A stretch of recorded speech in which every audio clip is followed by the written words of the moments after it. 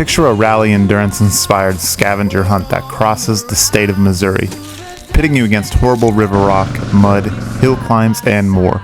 You have 31 checkpoints to hit and 3 days to do it. No, that ain't crazy. That's Adventure Palooza. Our journey starts in the Chadwick Forest. This is actually day 2. I lost all of day 1. I woke up and my camera was missing. I guess it must have fell off when I tackled the hard hill climb at night. The first day was about 100 miles of hell. I dropped my bike 6 times and 3 of those drops were pretty bad. I broke my mirror, I broke my phone mount, but eventually we made it through. Anyway, here we go. The start of day 2.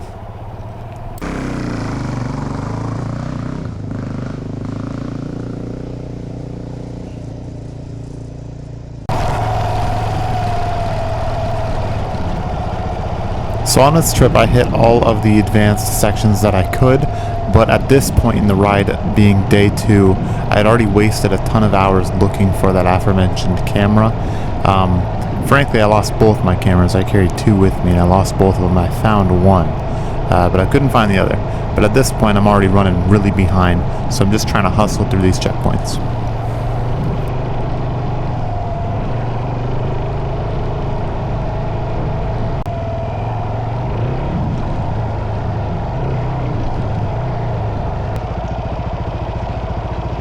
The checkpoints are GPS verified. Sometimes you have to take a picture of your bike doing something silly. Sometimes it's a puzzle. Sometimes you have to look for a little geo-watcher.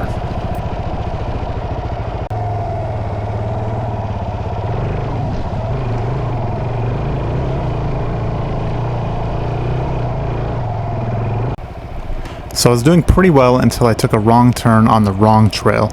Following a map while you're riding makes it really easy to turn the wrong way, especially when there are about 1,000 trails in the forest.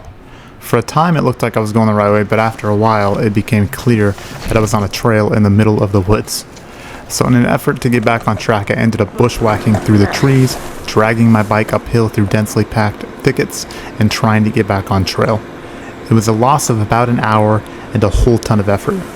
I was solo this trip, so it's just me, my bike in the woods, and about another 600 miles to go.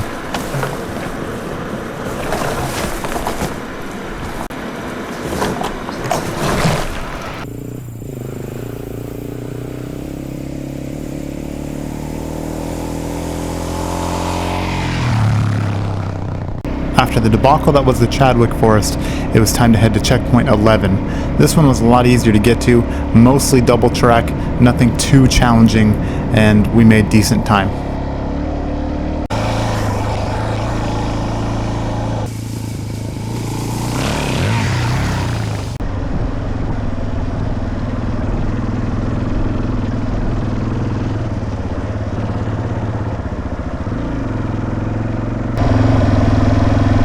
Hello, horse. I'm not trying to scare you, buddy. I'm just gonna pass, okay? All right, horse. Don't be scared, it's okay. It's okay, horse. Well, that's enough horsing around. We finished checkpoint 10 and then it was on to checkpoint 11. Just another hour on the saddle.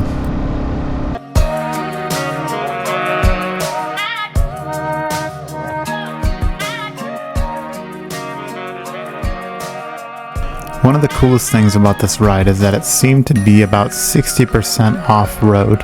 We did hit slab a couple times to get to the next destination, but most of it was just gravel, double track, or single track. So a lot of the way that Adventure Palooza works is it's like a scavenger hunt. So this one, it said, what number is the cemetery? And I've arrived at the checkpoint. So you look around and then you just kind of find out what they're looking for. You probably can't see it on the GoPro, but it says number 5 cemetery right over there. So that's how it works. It's pretty sweet.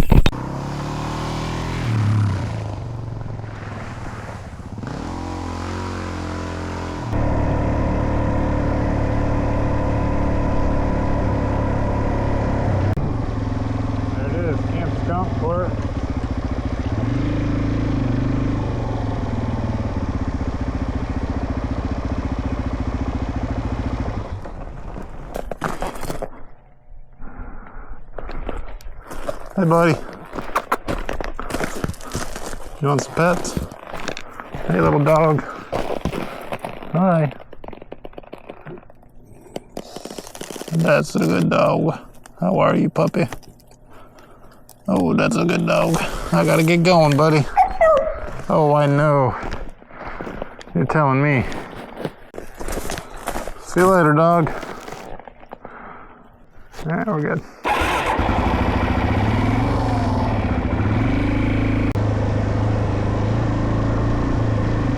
I didn't know anything about skunkworks when I rode through there, but apparently they are a outfit that makes foldable fire pits, and they seem pretty cool.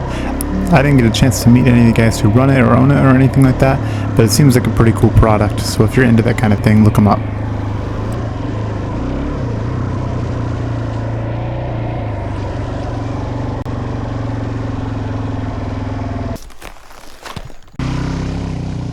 So at this point in the ride, we are only at checkpoint 14, and we are running out of time.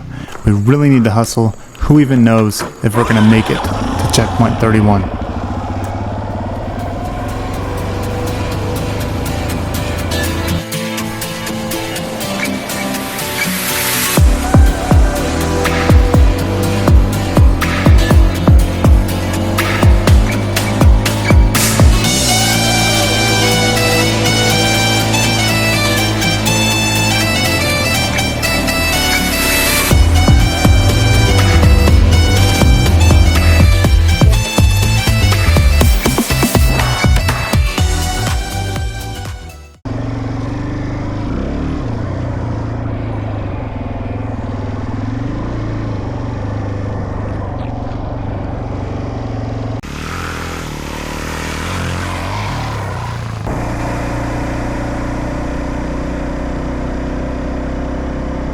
That checkpoint ended up being no sweat, just a simple geo-washer. This next obstacle only had 2 words: water crossing.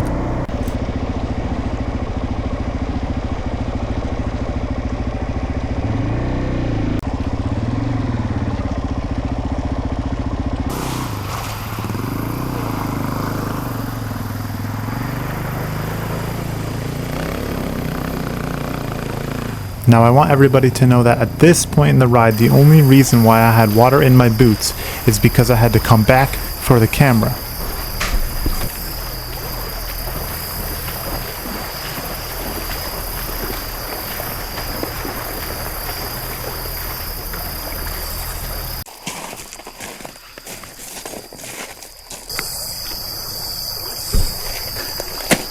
Gotta change my socks now.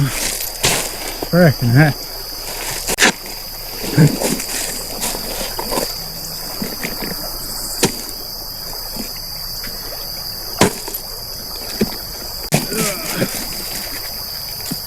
Soapy water, what you thinking?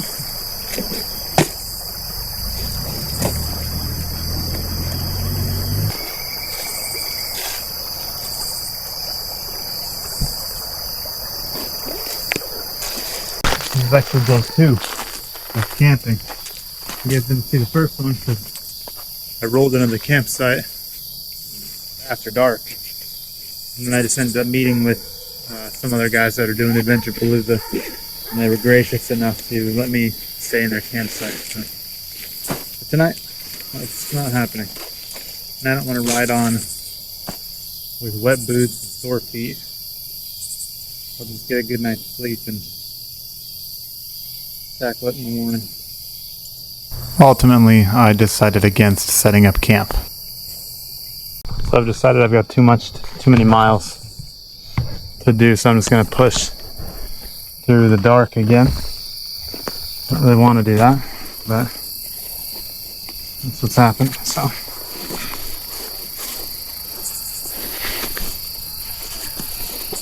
must be way behind. I haven't even seen any other paloozers since camp this morning. Deciding to leave this pristine and beautiful campsite was a decision that I would very, very quickly regret.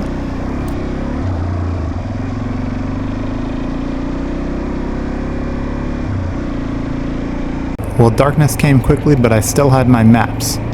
So nothing could go wrong, right? Oh my god, you guys. I just got stuck in a fucking mud bog for like probably 20 minutes or so.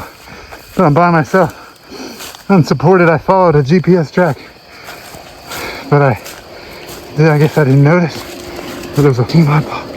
Look at this shit. I'm gonna ride a couple, I don't know, a while, and then find a campsite. Alright, so that was day 2. I had a fricked up day 2. My GPS is not very accurate on my phone, so I turned down this turn because I couldn't find the trail. It was dark already, and I didn't want to ride at night anyways, but I did to make some miles. Anyway, long story short, I got myself into a huge mud puddle. Not puddle, it was like a freaking river of mud, and I got stuck. And I was freaking out because I couldn't lift my bike up, and I was sinking into it like quicksand. It was horrible, to say the least. Now I'm at a dispersed campsite. I'm gonna make a fire and cook my boots so they dry out, and then I'll get camp set up. So that's what I'm gonna do now.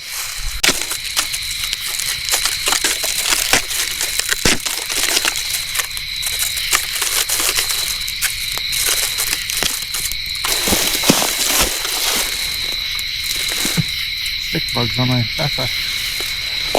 Kind of cool. Okay, it is freaking dark in this forest, but I thought I'd show you guys how to process wood. This wood is a little bit wet, so it's not burning very well. So I'm gonna take my knife here.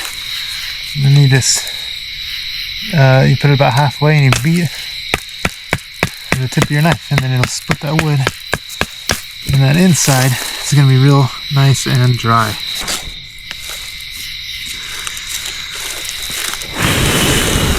Sometimes you gotta hit it with the kiss of life, and then a shit ton more kindling.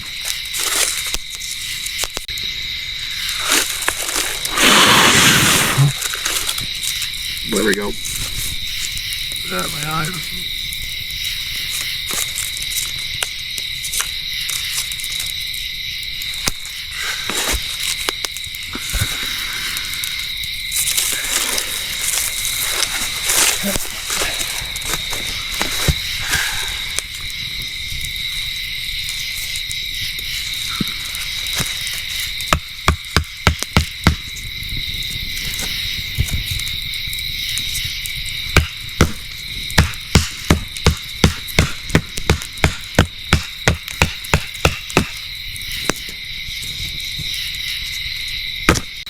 Alright boys, on the menu today we got some crushed crackers and some beef jerky. This is what you call a struggle meal. Didn't plan. This is what I get. I should have planned ahead.